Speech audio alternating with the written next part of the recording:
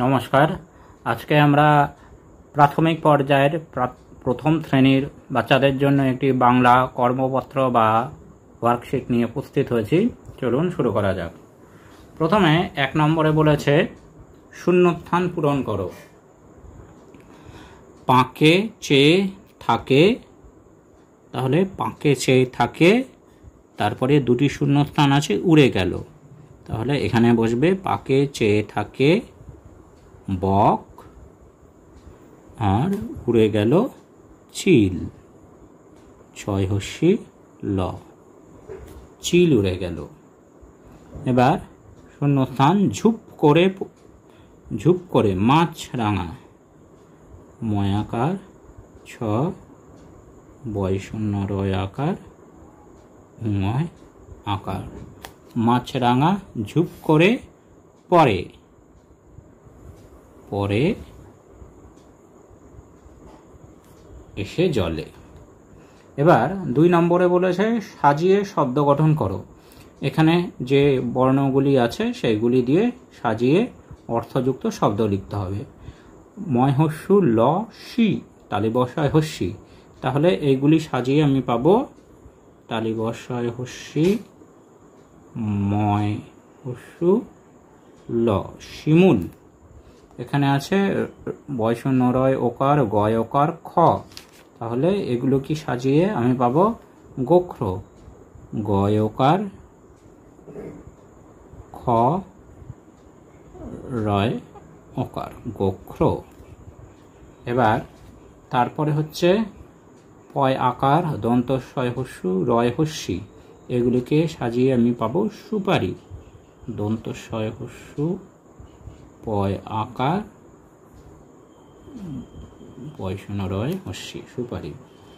খণ্ডত্ব হস্যু পয় আকার ত, এগুলিকে সাজিয়ে আমি পাবো উৎপাত, সু খণ্ডত্ব পয় আকার ত, উৎপাত। এবার বলেছে পূর্ণ বাক্যে উত্তর দাও। সহজ পাঠের 4র্থ পাঠ থেকে উত্তর দিতে হবে। তাহলে কতে প্রশ্ন আছে কার কাশি হয়েছে, তো আমরা জানি রানী দিদির কাশি হয়েছে, তাহলে উত্তরটি হবে রানী দিদি। বাচ্চাদেরকে সঠিক বানান করে লিখে দিতে বলতে হবে। বয়শূন্য রয় আকার মূর্ধন্যয় দীর্ঘী, রানী দিদির কাশি হয়েছে। এরপরে পাখিরা কি খায়? পাখিরা